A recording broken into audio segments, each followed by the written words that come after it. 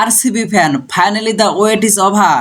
গুজরাট টাইটানকে স্রেফ খড়কুটার মতো উড়িয়ে দিয়ে আইপিএল 2026-এর ফাইনালে চলে গেল প্রিয় টিম রয়্যাল চ্যালেঞ্জার বেঙ্গালুরু।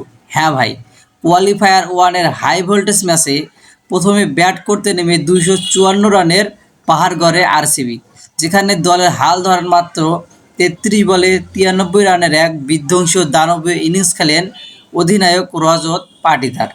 এবারটি তবে ট্রফি আছে আইপিএলে কোহলির ঘরে।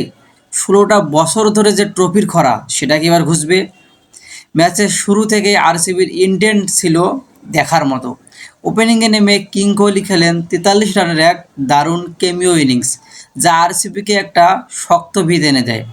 এরপর মিডল অর্ডারে কুণাল পান্ডিয়ার 43 রান এবং শেষ দিকে রজত পাটিদারের সেই টর্নেডো ইনিংসের ওপর ভর করে 5 উইকেটে 254 রানের বিশাল স্কোর দাঁড় করায় বেঙ্গালুরু।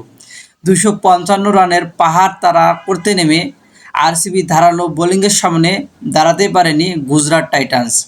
জ্যাকব ডোফির 3 উইকেট, ভুবনেশ্বর কুমারের সেই দুর্দান্ত ডেলিভারি, যা গুজরাট অধিনায়ক শুভমান গিলকে বোল্ড করে দেয়, সেটাই ছিল ম্যাচের টার্নিং পয়েন্ট।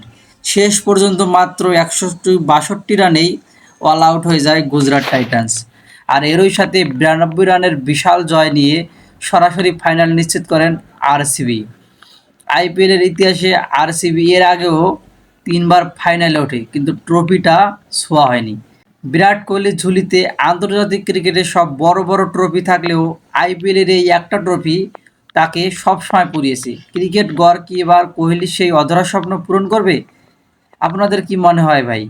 আরসিবি কি এবার ট্রফিটা নিতে পারবে, নাকি এবারও ফাইনালে গিয়ে তাদের স্বপ্ন ভাঙবে? আপনার কি মনে হয়? চটপট কমেন্টে জানিয়ে দিন। আর আইপিএলের ফাইনালে প্রতিটা মুহূর্তের আপডেট সবার আগে পেতে ক্রিক ভাইব চ্যানেলটি এখনই সাবস্ক্রাইব করে রাখুন। দেখা হচ্ছে পরের ভিডিওতে। ধন্যবাদ।